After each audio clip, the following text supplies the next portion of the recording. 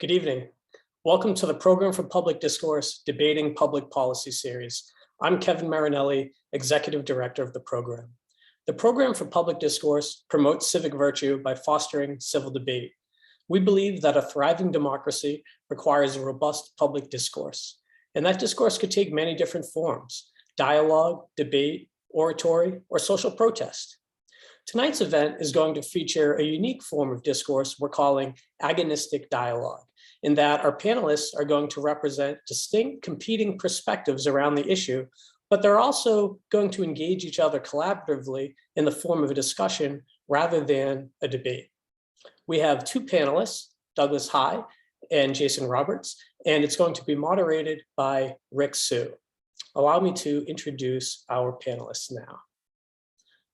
Doug Heye is a UNC alumnus and Republican strategist who has served in leading communications positions in the House of Representatives, the United States Senate, the Republican National Committee, and the George W. Bush administration. A former fellow at the Harvard Institute of Politics, Heye has also served as Deputy Chief of Staff of Communications for House Majority Leader Eric Cantor, garnering bipartisan praise for his team building, communications, and strategic planning abilities. Heye has written for a number of publications, including U.S. News and World Report, POLITICO, The Hill, and Capitol Fire magazine. Next, our second panelist is Jason Roberts. Jason Roberts is a professor in the UNC Department of Political Science and a faculty affiliate of the Program for Public Discourse, specializing in American political institutions with an emphasis on the U.S. Congress. Before joining the faculty at UNC, Dr. Roberts was an assistant professor of political science and law at the University of Minnesota. His research interests include parties and procedures in the US Congress and congressional elections, and his work has appeared in numerous publications, including the American Journal on Political Science and Legislative Studies Quarterly. He is currently working on a project that explores the role of ballot type on the competitiveness of congressional elections in the United States. And finally, our moderator, Rick Sue, is a professor of law at UNC School of Law, where he teaches and writes in the areas of local government law, immigration, and federalism. His research focuses on the intersection between cities and immigration. After graduating from law school, Professor Sue clerked for the Honorable Stephen Reinhart on the 9th District Court of Appeals and worked in the U.S. Department of Housing and Urban Development. Before joining the Carolina Law faculty in 2019, Professor Sue taught at the University of Buffalo School of Law and was a visiting professor at Harvard Law School in 2015 and Washington University in St. Louis School of Law in 2018. Sue's work has appeared in the Columbia Law Review, the William and Mary Law Review, the Emory Law Journal, and the North Carolina Law Review. Now, please allow me to welcome our panelists and moderator. Great. Thank you, Kevin. So 2020 was a historic election, not only in terms of the number of people who voted, about 160 million, but also voter participation, which was over 67%. On the other hand, 2020 was interesting because it was during COVID, and there were a lot of different procedures that were implemented in order to allow people to access the vote. Since then, we've had a wave of discussions and debates and bills with regard to how we actually vote within the context of voting reform. There's been a historic number of state bills that have been introduced and enacted with regard to how the states organize their own voting system. And of course, the federal government now is heavily engaged in trying to pass some sort of federal control with regard to voting as well. What we're going to be talking about today with Doug and Jason is voting reform. Now, before we get started, I should let you know that this will be recorded and will be available on the YouTube channel for the Program for Public Discourse, and that link will be provided in the chat. In addition to that, if you have any questions as we're going through this conversation, please direct it to the Q&A button. You'll find it at the bottom of the screen. There's a specific button that says Q&A, and questions will be filtered into to me, and I will pose them, especially towards the end, to the participants themselves.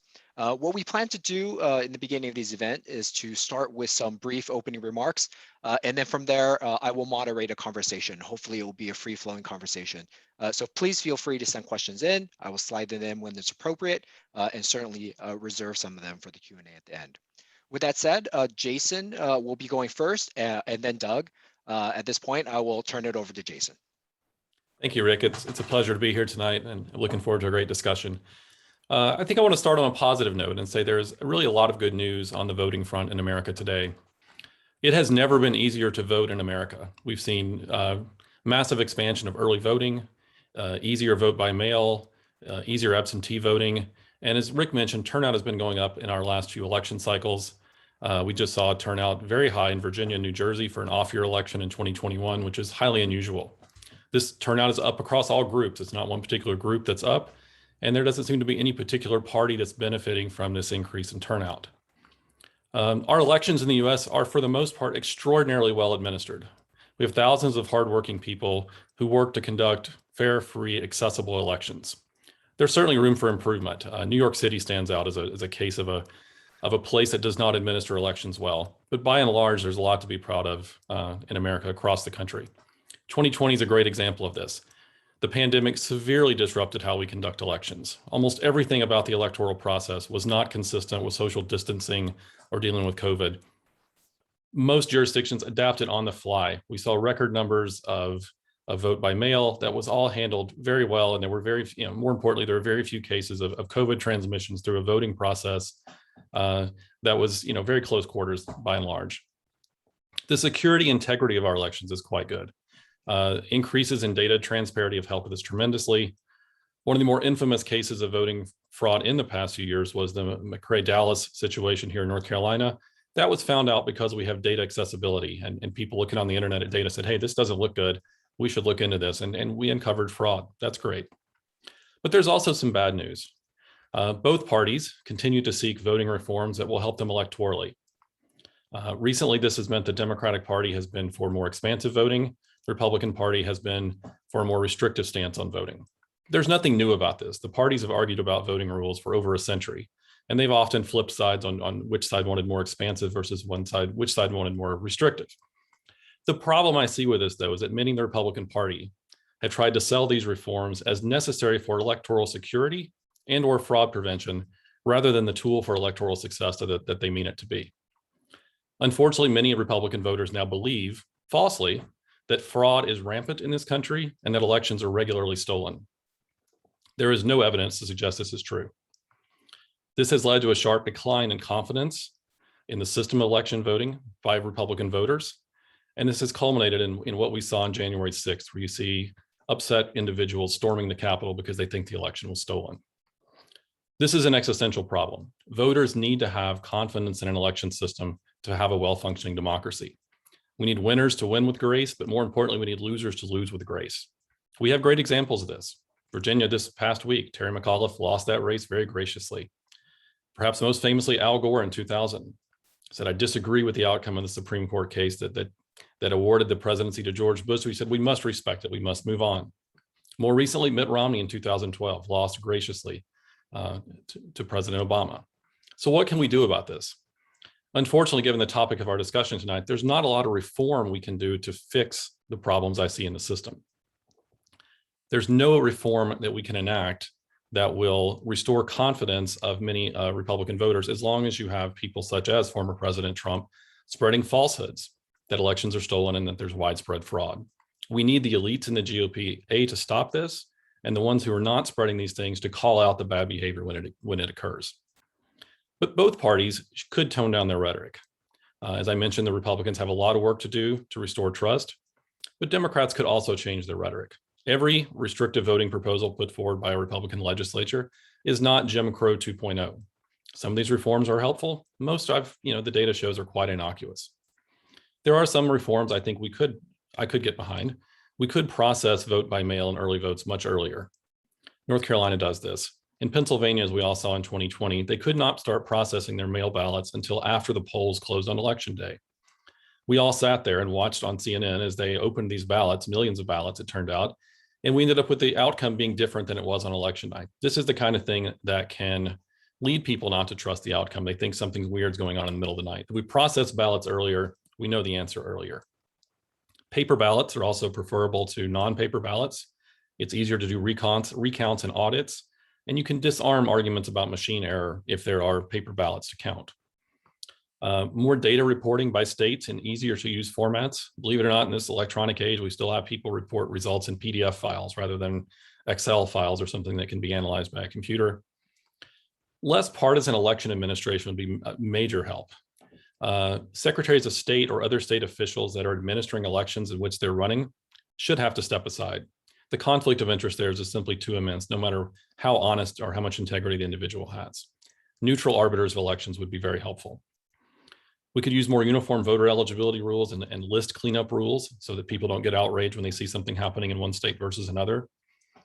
And a more difficult thing, I think, would be a systematic effort to educate our journalists about how all this works.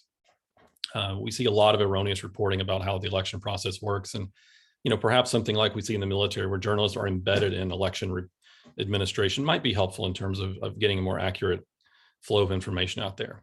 So again, not all the news is bad, but there are things we could do to make the system work better. Thanks. Great. Let's turn it over to Doug. Sure. So the good news or bad news here is it sounds so far like there won't be a ton of disagreement, though I'm sure as we get into the weeds, there'll probably be a bit more. I agree with a lot of what Jason said. I think we can all agree that voter fraud, while it sure is talked about, is a relatively rare occurrence, and there certainly was no widespread voter fraud in 2020 or 2016. And I can tell you anecdotally, I got in a lot of trouble from some of my Republicans friends or my Democratic friends for saying that Hillary Clinton lost or Donald Trump won fair and square in 2016, and then the reverse when I said that Joe Biden won fair and square in 2020. Quite often we see that as these partisan fights have become more and more personal and more bitter, that the rhetoric has really increased on this, and that whatever side loses, there will be partisans on either side saying that they were stolen, that it was robbed. This is not unique to Donald Trump and not unique to these past two elections. Obviously, the 2000 presidential election was one of the most long drawn out and divisive that we've had. I was actually at the Brooks Brothers revolt, which I think some of you will remember, in Miami-Dade in November of 2000, where you had Republicans, Democrats, not just debating with each other, but really screaming at each other over whether or not votes were going to be counted in secret. These are the kinds of things that draw the conspiracy theories and things that really linger and still go on today. A lot of the conversation that we're having right now about voting and voting rights really goes back to 2013 more than it does even 2000 or 2016 for that matter, because in 2013, there's a very important Supreme Court decision made on the Voting Rights Act, where Congress then was hopefully going to have a role to play there. I was working for the Majority Leader, Eric Cantor, at the time, and we tried to put forward some kind of legislation, some kind of at least outline of what legislation would be. And Jason used the word trust. I would submit that there wasn't trust back in 2013 to do this as well. And it's why you haven't really seen any federal legislation go through and be signed by a president yet. We'll see what happens, obviously, with the two bills that are in front of Congress right now. I'd close by saying, as a Republican, I'm troubled by a lot of the things that I see happening on electoral issues and voting issues. These really kind of more revolve around not say voter ID, but where voter ID is required. Sometimes it's harder for people in certain communities, mostly minority communities, to get IDs. We see an increase in people who are being threatened or harassed or even attacked as an election worker. And these are the kinds of things that, I'm troubled when I see my own party turn a blind eye to it. This is one of the things that hopefully can be addressed on a state level, if not on a federal level. But this is where, I see the real challenge being moving forward on the issue of voting. Great. At this point, I sort of want to open it up to just a general conversation. So one thing that struck me is that you guys, for the most part, seem to agree, at least with regard to the sort of fundamentals, right? That there is a crisis in how we see voting itself, but maybe not in the actual process of voting for the most part. Maybe I'll start with Doug on this. One thing that I do want to circle back to is whether or not federal action or state action is necessary. But before getting there, do you see the sort of current wave of state laws and, of course, many bills being proposed?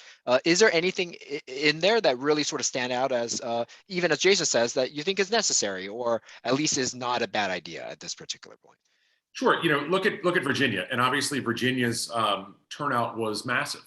Part of that was that they had a 2-month advance early voting, mail-in voting window. I'd submit that 2 months is a really long time. And if we saw kind of how the contours of the race went, it was a very different race 2 days out, 2 weeks out than it was 2 months out, when even then Glenn Youngkin wasn't really given much of a chance. Well, certainly before Terry McAuliffe, made his, comments about parents and schools and so forth. Where some of those things are being more limited or curtailed to maybe a 4-week period or a 2-week period, a 6-week period, what have you. I think that's perfectly within the purview of the state to do so. But technically, if you want to say that that is restricting the vote, people can say that, which then means it gets translated to voter suppression. And one of the things that worries me, not just on this issue, but on countless issues, is our media and now political fundraising structures really incentivize more extreme rhetoric. And so, if you disagree with the result, that's one thing. If you charge fraud, well, that's going to be on the front page. If you charge voter suppression or Jim Crow, that gets on the front page as well. And so it makes it very hard, I think, for reasonable-minded people to look at whether they're in Georgia or Texas or Democratic states where it's actually pretty restricted to vote, thinking of Delaware and New York specifically, to have that kind of reasonable conversation on what should the rules be. And the other part of this is every state after every election looks at its voter laws, what works, what doesn't, what it can do better. And I think it's an open question as to whether or not a 2-week early voting period is better or worse than a 6-week or 8-week early voting period. But those are, I think, more the debates that we should be having. The other thing I'd say, quickly is I would be somewhat critical of, I think how some of these things have been handled by Republicans, even if I don't see a real problem in it. A lot of has been made about, what can be given out, say water, for instance, to voters, when they're at the polls. Well, there's a reason that, states don't allow campaigns to give, things of material value when you're in line to vote. And when you hear, my gosh, you're not allowed to have somebody, give a bottle of water, it sounds bad, but we haven't really, just as we haven't seen, widespread voter fraud, I haven't heard a single example of, somebody passing out while voting or waiting to vote from dehydration. The law sounds bad, but is it really a problem? I'd submit that it wasn't, despite all the outrage that it seems to have created. Yeah, Jason, let me turn that to you. I mean, is this debate really about the details of the various voting reform rules? As noted before, right, there are different opinion about whether a state wants to set up how long an early voting period is. And as you mentioned yourself, and having lived in New York State for a very long time, early voting is very much restricted. In fact, it wasn't available when I was in New York State in that particular context. So is this debate really a partisan debate about the specific rules, or is it, I think Doug kind of suggested a little bit, the context or the moment in which we're having this debate, right? Which every single proposal then becomes sort of charged in some sort of partisan manner. So is it really about the details, or is it really about the moment? I think there's truth to both here. I think it is largely about the moment. And I think many of the details get lost here. I mean, I think Doug's exactly right. It's not clear to me that going from a 6-week early voting period to a 2-week voting period is voter suppression. I mean, some states don't even have early voting. Yeah. Now, when you see states like, North Carolina tried this a few years ago, they said, okay, we're going to look and say, oh, Sundays, that's a very popular day with people who don't vote for us. Let's get rid of Sunday. Now, that's voter suppression, in my opinion. But going from 6 weeks to 2 weeks, no. And, what I would say about the giving out water in line, I think the bigger problem there is not that we have to worry about whether we give people water or anything else in line, but why do we have such a long line? And how can we change the way we administer the election so that we can process voters more quickly? Because we do know if you have a long line to vote, if it's going to take you an hour, 2 hours, 3 hours, that cost is harder to bear for people in certain walks of life than it is for others. I mean, I'm a college professor. As long as I'm not teaching a class, I can stand there. But someone who's working an hourly job or maybe working 2 jobs, that's a bigger burden for them than it is for some of us who don't have to punch a time clock every day. And so I think rather than fight about water, let's try to figure out how to administer the election more efficiently. I mean, that does raise a question about the administration itself, right? I mean, one thing that we've been discussing is whether or not, if there were going to be rules, should it be federal rules? Should it be state rules? Of course, the Supreme Court decision 2013 was a sort of a tilt towards state rules in that particular regard, freeing them from the restraints of federal law. And of course, there's another level, right? The fact that most of our elections are administered at the local level, right? And many of these state laws are sort of, many states are sort of opposed to federal control, but also in some ways imposing much more state control over local election administration. So maybe I'll turn that over to you, Doug. I think, there is the debate about what kind of specific rules are appropriate and how we should have that debate, but also what level should we be thinking about making these rules? Sort of uniform, one size fits all, much more tailored approach. Where do you stand on that? Yeah, look, I tend to think that states can take care of their own elections. Obviously, there have been some exceptions to that. And while I'm not necessarily an expert on the whole issue of, pre-clearance as it's dealt with, I think Texas, Louisiana, Mississippi, and I think it's Georgia is the fourth that was subject to this. I think we can all kind of get a sense of what those states might have had in common, especially back in the 50s and 60s. Where there are very clear, and this is what the Voting Rights Act of 1965 really got to, was fixing, those kinds of, civil rights infractions that were happening in a systemic way. Beyond that, states should be able to handle these on their own as best they see fit. It's one of the things that's, pretty specifically ascribed in the Constitution. So when, I think a lot of the debate on, in Washington right now on this issue, and on the John Lewis bill and the, I think it's the Freedom to Vote Act is the second bill, is, in a way, sort of the refreshing philosophical debate, despite all the terrible rhetoric that goes on around it, of what is the role of government? What is the role of federalism versus, and I don't use this in the context of civil rights, but states' rights. And how are we supposed to do that? And those are kind of the philosophical questions that we have legislators to debate and sort out in Washington, and then obviously in state capitals. So that's where I tend to defer. Where we see real problems, the federal government and certainly the Department of Justice is going to step in. Jason, any thoughts on this? Are you supporting some sort of federal rules, given that the history has been that we have administered and set different rules for different states with regard to elections, not only state elections, but also federal elections? Yeah, I mean, I think that the federal input we've had has largely been for the good. I mean, there was almost zero, I mean, not zero, but very little African-American participation in the electoral process before the Voting Rights Act. That's one of the most successful laws in the history of this country. And Congress clearly does have the constitutional authority. I'll check Doug on that. I mean, sure, it says elections are left to the states unless Congress wants to get involved. Sure. I do think states have different needs in a lot of their local elections, and so I think having some diversity is good. We've learned a lot through federalism. Oregon and states like that have gone to vote by mail actually provided a great example for states when they had to transition to that last year. So I do think the experiments we learn a lot about things by letting different states do different things. That's helpful. But now that we've gutted the Voting Rights Act, it has made it more difficult for the federal government to step in when states are doing things that are a bit more nefarious. Okay. Doug, let me direct something that I'm getting a little bit from the Q&A as well. Can we trust the states? I mean, right now we are, of course, in another historic moment, which is the census has just happened, and we are now drawing historic sort of congressional districts, but also state and local districts as well. There's obviously concerns about gerrymandering. There's concerns about whether or not we can trust states to count the vote or certify the votes. There's been various remarks made in that particular regard. So we can certainly talk about state rights and, of course, the sort of historic role that states have played. But should we be concerned about whether or not that the federal government would be in some ways hostage to decisions by the state? And can we trust the state in that particular regard? Well, I mean, I think it really depends on the state and who's doing the trusting or lack thereof.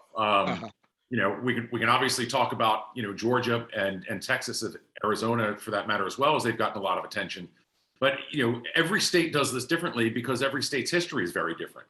So when we talk about, restrictive voting laws in New York, that's New York's entire history. That goes back to the Dutch, where frankly, there are still people in New York who, if you're not a white landowner, white male landowner to be more specific about it, they probably don't want you voting at this point still. So I really think, the issue of redistricting aside, which is a whole other very long conversation, which I'm happy to get into, but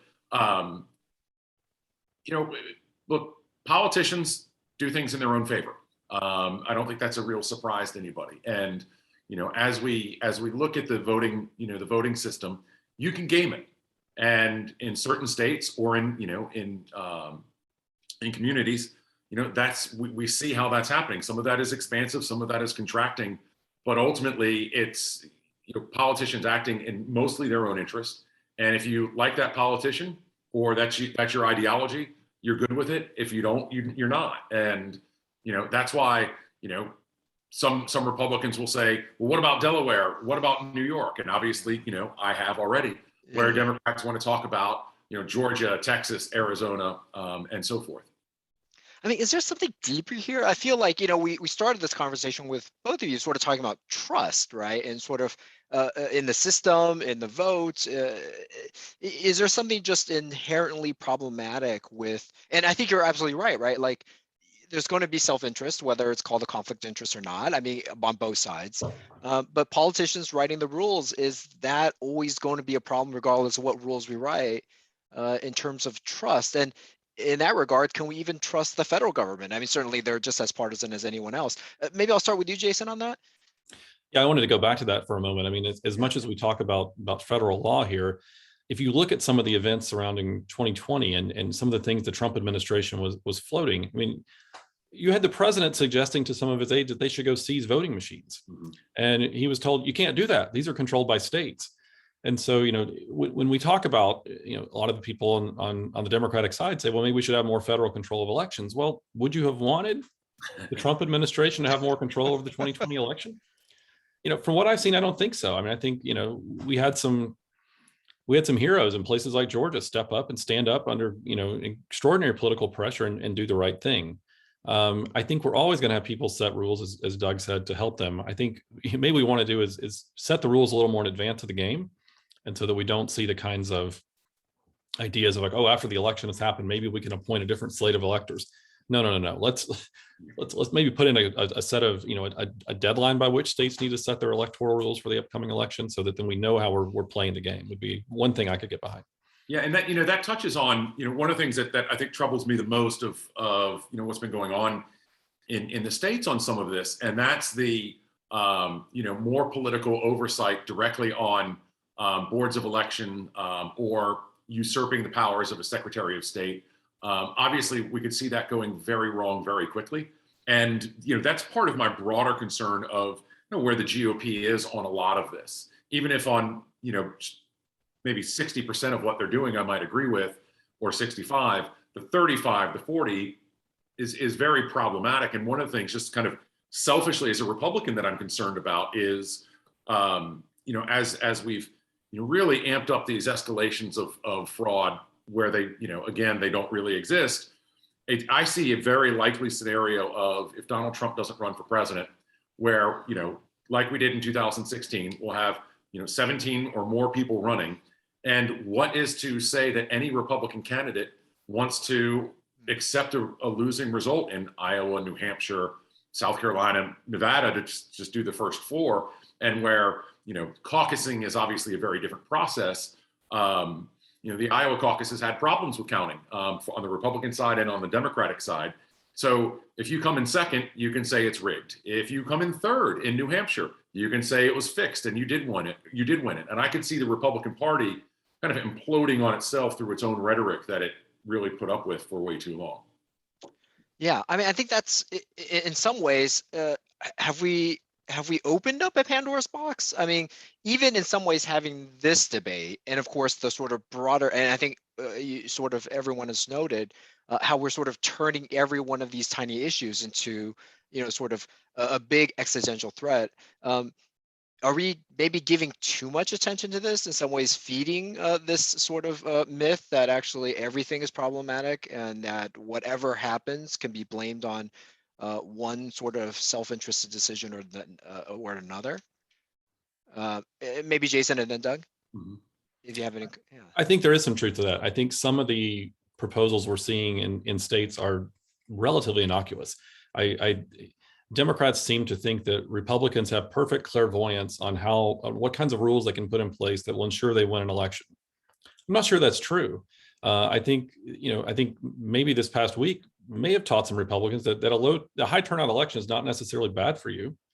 As voting coalitions have started to shift, and we're seeing, some non-college educated white voters shifting more to the Republican Party, suburban college educated voters becoming more consistent Democratic voters, the parties may want to change their thinking on whether high or low turnout is good for them. I mean, the Democrats are trading low propensity voters for high propensity voters and vice versa. So, I'm not sure that everything that we're seeing out there is universally bad. I'll just leave it at that. Yeah, and it's interesting. There's not much that Barack Obama and Donald Trump have in common, but they were both turnout machines.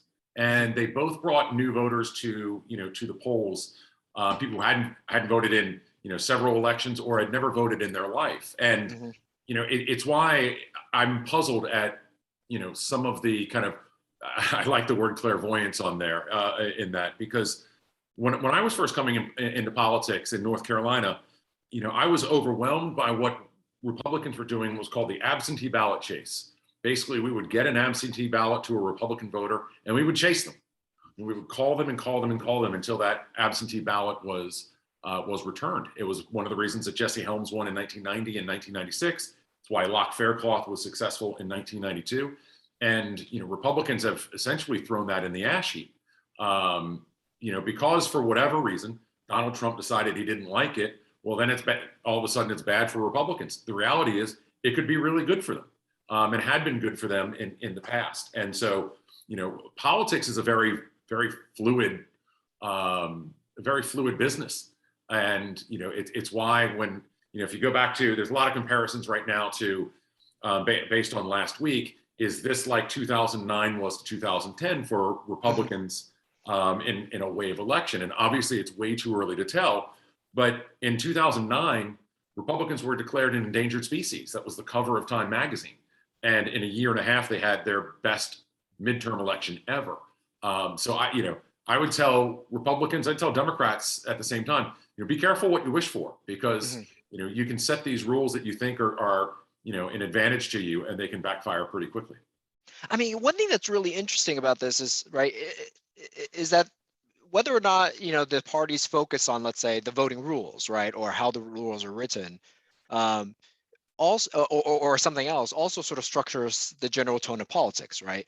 Whether or not the parties sort of encourage more people to vote and then try to convince people with their message, as opposed to trying to structure or frame either an electoral district or a certain electorate in a certain way to sort of ensure success. I mean, those are very different. I like to say in my historic research, right, that was sort of a little bit of the tension between sort of the early machine politics that was about mass mobilization, and then the other later sort of more curated, was sort of design our electorate so that we can sort of maintain power. Both of them were about power, right? Not to say either of them are good, but there were very different approaches to that. Jason, do you think the Virginia election might have turned it away, that maybe Republican Party and maybe the Democrats is more focused on messaging and trying to win new voters or win voters to their side or win swing voters, as opposed to trying to, draw the district just perfect so that they don't really even have to campaign at all? Well, I think that the problem with that, and that's what I've argued before, is that, when I've complained about Republican voter suppression laws, I'd say, why don't you go try to win voters rather than keeping them from voting? The problem is that's become much more difficult to do in this environment we live in now. Voters are much more polarized than they were in the 70s and 80s. And so both parties have decided, rightly or wrongly, they look at the data more than I do, that the key is to get your base fired up and get your base out to vote. It's not about finding some middle ground voters that you can convert to your side. Now, yeah, this Virginia election in 2021 seems to suggest that maybe there are more people who float around than we think. And I will say I serve on the local elections board here. I look at ballots from time to time, and I don't know whose ballot they are, but the idea that people vote in a consistent, predictable manner, I see what people put on their ballots. People are all over the map, by much more so than you would think. Yeah, Doug, yeah.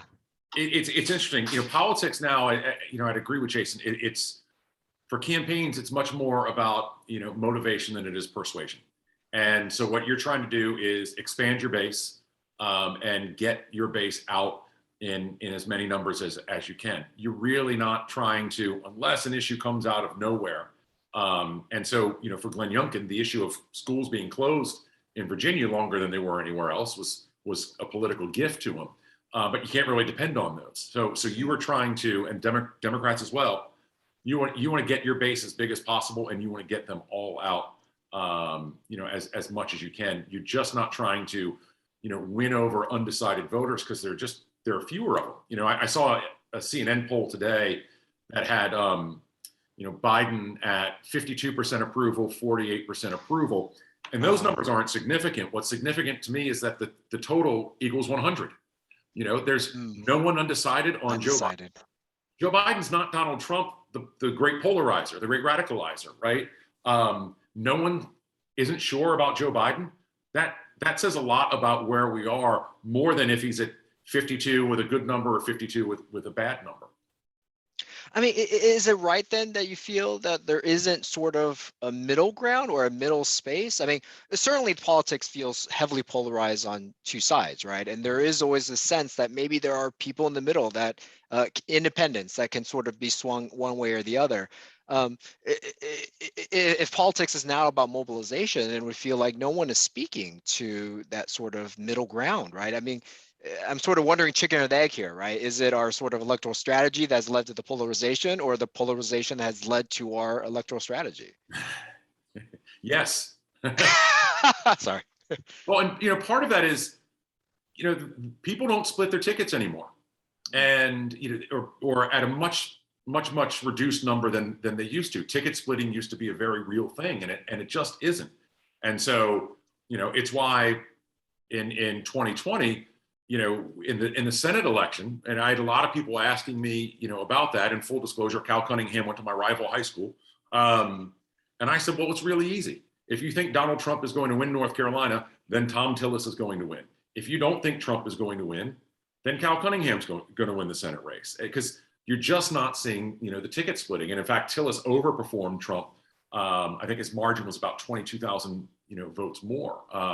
And so that has a very real effect. People are really, there are a lot of people who obviously feel that politicians aren't speaking to them, because politicians aren't. But they are still falling on one side or another, and not ticket splitting. It's very unusual now. I mean, Jason, is ticket splitting that's why entirely that's why voting restrictions and enhancements have become so important, because if the game is about getting my base out and having my base be out better than yours, then that's become very important. Then how do we structure the rules so that my base will show up and I can keep yours from showing up? In a world where we can persuade voters, then the rules aren't as important to the political actors. Yeah, and I mean, that's where ranked choice voting, is starting to come up a bit more. And I'm not smart enough on that issue, because I find it endlessly complicated. But clearly, states and municipalities are looking at that, more and more as a viable option for those people who especially feel that nobody's speaking to them. I mean, it does sort of suggest that actually, right? So even the voting reform rule was just talk about, right? I mean, the sort of counter argument is people want to vote, they're going to vote. But of course, we're sort of thinking about the mobilized base, right? Yes, they're going to vote. You're going to put some obstacles, they're going to vote. No water, they'll probably still wait in line to vote. But in some ways, if we're trying to reach, right, the people who may be turned off with the polarization or sort of in the middle that might still be persuadable, not only the messaging, but these kind of little rules are the ones that may tip the balance one way or the other.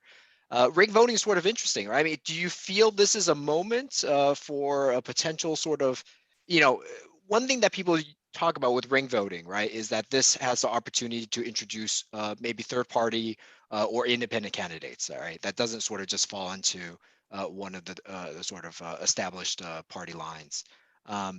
and especially in a divided state, right, like North Carolina, right, which is sort of flipping back and forth right at that cusp. Is that opening up that third space something that seems to be important then, right? Or is that just a pipe dream from some, sort of person who is supposed to be sitting in the middle right now to begin with? Jason, you're shaking your head. Well, that's not going to work as long as you have, single member district first past the post elections. If we introduce ranked choice voting in North Carolina, about half are going to rank the Republicans first and the Democratic second, and half will do just the opposite. So until but there'll be more potential candidates, right? Like the New York City election. I mean, it's all Democratic. Well, but that's a primary. It would work in a primary. But if you're having a partisan election for a single member district, you're going to have two parties, and no matter how you want to do that. If you want to go to some sort of proportional representation system, then all these things are in play. But you're not going to solve partisan polarization in single member districts with any sort of voting reform. Doug, any thoughts? And I do want to circle back to the districting, because that I agree, and may be part of the problem. Also have the issue of of jungle primaries too. I've done some work in California, and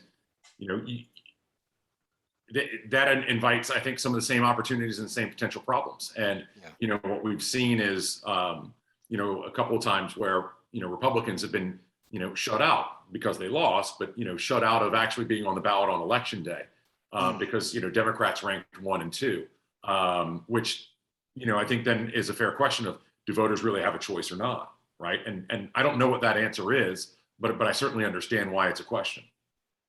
Now, is there any possibility here then, as we're talking about in some ways of drawing the districts and why we have districts to begin with, right? In some particular as a historic accident, I guess, in a will.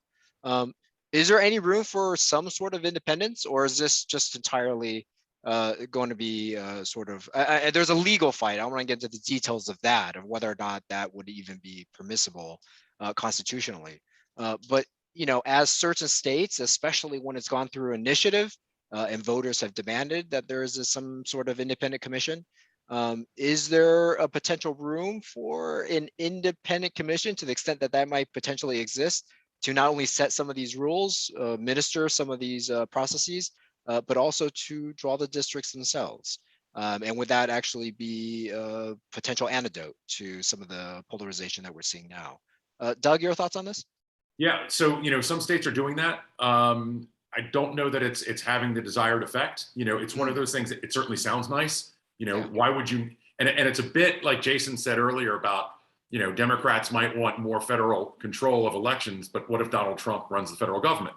An independent board taking politics out of the hands of politicians sounds great, but in practice, it hasn't necessarily worked, as promised yet. It's still new. And I think it's working its way through its process. We'll see where things end up with that, but it's happening so far, and it I wouldn't say yet it's been a success. Jason? Well, you need the parties to sort of hold hands and jump on something like that. I mean, you can't expect one party to unilaterally disarm on this redistricting game. I mean, you mentioned the legal battle. I mean, we have single member districts because Congress enacted a law saying we have to have them. I mean, there's nothing in the Constitution that requires that. Congress could also outlaw partisan gerrymandering if they wanted to. I mean, they set the rules for that. They have not done so, and I don't anticipate that they will. But again, what's made that effective is the fact is what Doug was saying is so few people now are casting a split ticket. When you go back and look at the 1984 election, Walter Mondale loses 49 states, and Democrats maintain a huge majority in the House because you had almost 200 districts that voted Reagan for president and a Democrat for Congress. And in that kind of situation, I have no idea how you draw district lines to get the kind of outcome you might want. I mean, voters were just unpredictable, but now they're much more predictable. And that is what has made redistricting so effective. Now, one thing that's always sort of, as a person that studies local communities and local governments in general, one thing that's always puzzled me is like, what purpose do districts serve now, right? I mean, there was sort of an idea that geographic districts represent some sort of communities of interest, that there is some sort of, and you would have old, ideas of sort of a local delegation that represents a specific area that may unite, right, on all sorts of different things. But as these districts are getting increasingly elaborate, right, in some ways, I mean, even in New York, I felt like every time I went, I'd be living down the street from someone, but we have two different polling precincts where we get two different ballots because, the lines are sort of split between the Senate and the House. And these are just state elections, right? Not to mention the Congressional House, right? Like, all sort of different ways. And we would have 6 ballots there, right? We're neighbors, right? I mean, if anyone should represent us, it should be something. I mean, do you feel there is something lost in that district has become in some ways a battleground for partisan control, as opposed to districts being someone that would actually understand and do some constituent services there? Maybe I'll start with you, Doug, and then Jason, in this sort of where districts has sort of evolved into. Yeah. So the first thing I'll do is I'm going to defend every member of Congress. Constituent service comes number 1 for all of them. It should, yeah. That is rule number 1. And I wish voters remembered that better. I know a lot of Republican voters who wouldn't send a letter to Kay Hagan because they didn't like Kay Hagan. Well, it's important for Kay Hagan to hear you if you disagree with her, or if you want to set up the Capitol tour, or you didn't get your Social Security check. She's gonna, she would do that for you, just like Richard Burr would. What I find challenging on the question of districts, and one of the first things I worked on in politics, I won't overstate my involvement on this, but I worked a little bit on the Republican National Committee Supreme Court challenge to the 1990 redistricting lines in North Carolina, the famous Mel Watt district, obviously, being the most prominent of that. And I certainly understand the argument of, stringing parts of Charlotte together through Greensboro to Durham to create a majority-minority district and to create an African-American district. And I think one of the challenges is these things aren't just partisan, right? They're racial, they're geographic as well. And so, as we're going through this redistricting process right now, minority representation is a big deal. And are you packing minorities into one district so that, say Terry Sewell from Alabama, who I think wrote the John Lewis law or bill, has a guaranteed victory? Or is it better to spread that out a little bit, and maybe then you might have, another African-American seat in that community, neighboring counties, what have you. But you might not, because there's less of a percentage. Then throw in, especially in Texas, say in Houston, is that going to be an African-American district or a Hispanic district? And you get into very real fights just amongst Democrats pretty quickly on that. Doug, you have anything to add? Yeah, I mean, this is complicated, as Doug says. I mean, single member districts have their downsides, but for the reasons Doug mentions, I think they're a good thing. I mean, states are very diverse. I mean, look at North Carolina. We have mountains, we have rural areas, we have cities, we have, I'm in a college town, we have coastal towns. They're completely different. And to say that you're going to have just a delegation that can represent all that, it's very diverse. And so having people from different parts of different states is not a bad thing. But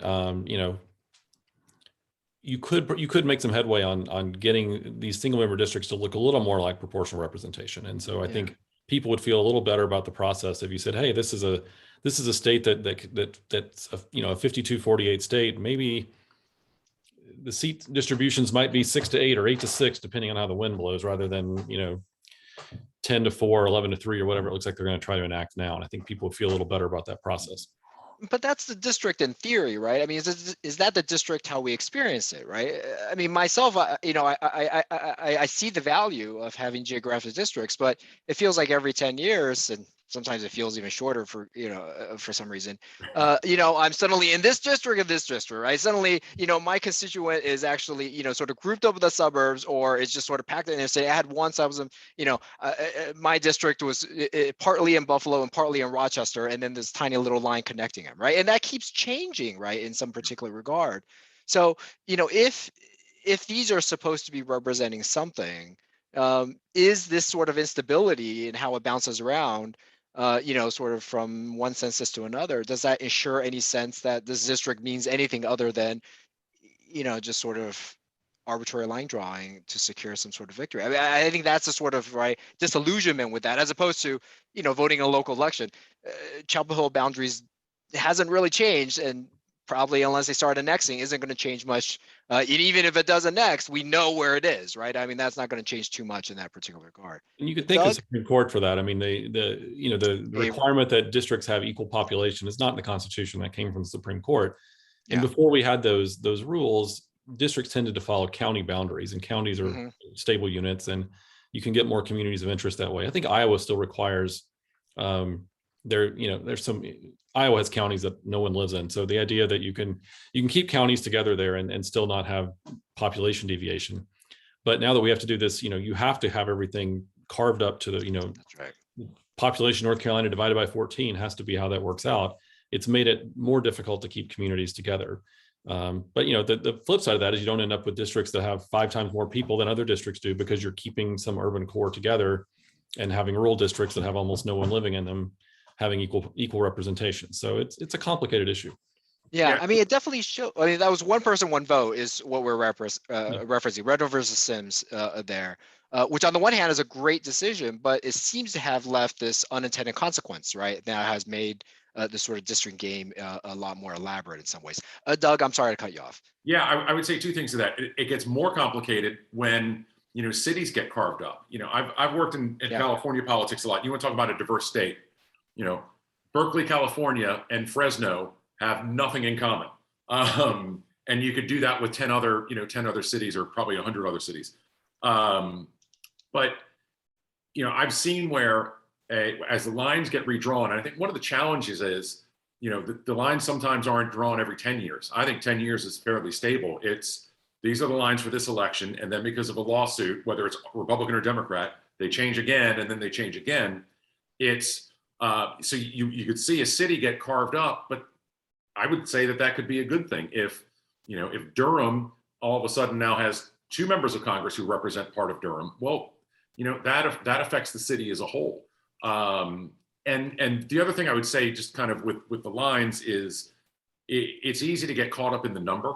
Growing up, I was in the North Carolina 5th Congressional District, which has moved very far east compared to Winston-Salem, where it was based in.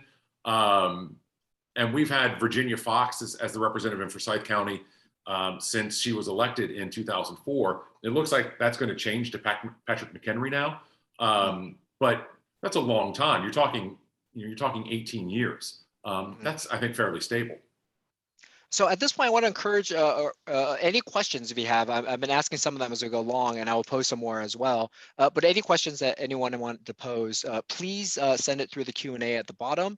And they will be filtered to me, and I will pose it. So we had one question early on about some of the rules itself, and in some ways, what the question was about was whether or not, concerns about voter ID. Do we have good evidence that this either suppresses the vote, or that certain populations would be more affected by certain of these restrictions or requirements versus other populations? And maybe I think this question was directed to you, Jason. The data we have don't show a whole lot, to be honest. I mean, they show not a big effect. I mean, when voter ID laws were first coming about, Democrats were really freaked out, because it was quickly able to figure out that the kinds of people who didn't have ID tended to be the kinds of people who voted for Democrats. It turns out if you implement those laws in a sort of nice enough way so that different kinds of IDs count, in North Carolina, they said college IDs don't count because, college students vote Democratic, so we're not going to count those. But if you take a more expansive view of voter ID and do things to help people who don't have a driver's license get an ID, the data now show a minuscule effect on turnout. So it's not something I get as excited about as maybe we did 10 years ago. It just doesn't seem to have a huge effect. And so if it's something that could increase people's confidence in the system, I wouldn't have a problem with it. Yeah, maybe it also polls very well in the African American community, and that's been very consistent. My issue is, again, and I think we saw some of this in Alabama or Mississippi a couple of cycles back, where all of a sudden in some Black communities it became harder to get an ID. Well, we know what that's about, and I think that's a different issue than than requiring an ID. And you just touched on the issue of college voting. And I will say I'm completely agnostic on this, but I think it's an interesting question of, where should a college student vote? Should they vote their home? Should they vote at the school? I understand both arguments. I always voted, when I was at Chapel Hill, I always voted in Winston-Salem and voted absentee. But I think that's an open and interesting question. So another question from the audience, and maybe I'll direct this to you, Doug.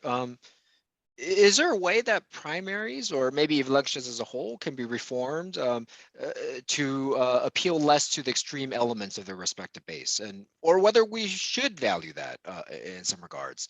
I think there is a sense that through the primary system and the voting system itself, that it's mobilizing the base, and that's led to extreme candidates, I guess, on either side. Yeah, there's a lot that goes into it. We can start with redistricting. When we know that the Republican or the Democratic candidate is going to win with 60% of the vote, well, they're going to go further to the right or to the left because they have to, stave off a primary challenge. And, as some context on that, I worked for Eric Cantor, who lost in a primary. That was an unfair question to Doug. He may have some PTSD on that. Sorry about that. Thank you. But that becomes the reality. And the district lines play a role. The media plays a role. Look, there's a reason that everybody in America knows who AOC is and knows who Marjorie Taylor Greene is and Matt Gaetz and others like that. And they've never heard of a Gus Bilirakis or a Peter Welch, or I just mentioned her a few minutes ago, Terry Sewell, who are Republicans and Democrats who are good, smart, hardworking members of Congress, but they don't say a lot of crazy things, so they don't get a lot of attention.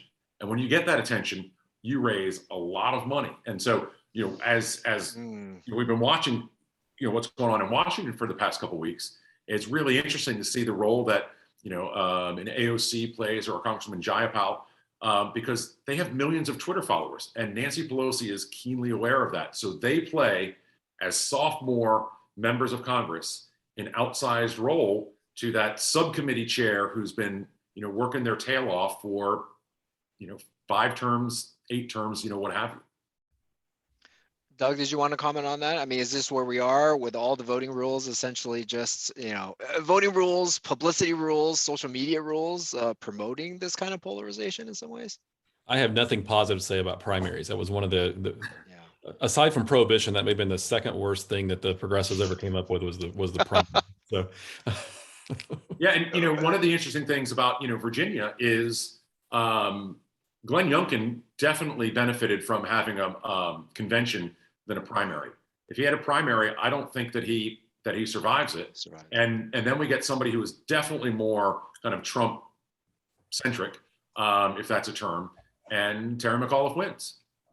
I mean, this opens up sort of a bigger question, which is, even as we're talking about voting reform, is there actually reforms, certainly that both of you may prefer, but maybe that we should be talking about that we're not talking about, right? Is there reforms that we're sort of focusing our attention on? Are there other reforms that might actually be good, however that's defined for democracy, that actually isn't on the table, right? That just sort of enshrined in a specific way. So I should know at this point, and we're approaching the hour, that a poll would be popping up for the audience members. That's entirely optional. It's also anonymous, so fill it out, but it will really help sort of coordinate the event. At this point, I've on this. We're having a whole conversation about voting rights and voter suppression. Say at the bottom. Come on. I'm not in charge of that. I would. Anyway. Being suppressed. Yes, I agree, Doug. But at this point, I think maybe I want to turn it over to the speakers. I want to thank them, but also give them some opportunity to leave some sort of closing remarks at that point. In the end, I'll turn it over to Kevin. But it was a pleasure to be here. It was a pleasure to have this conversation. I honestly wish we had more of it. And we could do it for a lot longer. But maybe I'll turn it over to Jason and Doug for closing comments, and then I'll turn it over to Kevin. Jason, any thoughts? I thought this was great. I think if we had more Republicans working in this area who had the sensibilities that Doug had, we would not have as many problems and as many controversies on this. So I was happy to have this debate. And Doug has great taste in music, so I'm not surprised we don't get along. We get along about politics. He's also an Avett Brothers fan, so I knew we would get along just fine. All right, Doug, that's quite a sort of introduction to your closing. Any praise of the Avett Brothers is always welcome. No, look, I really enjoyed it. It's always great to do anything with UNC, even if it's not a specific anti-Duke activity.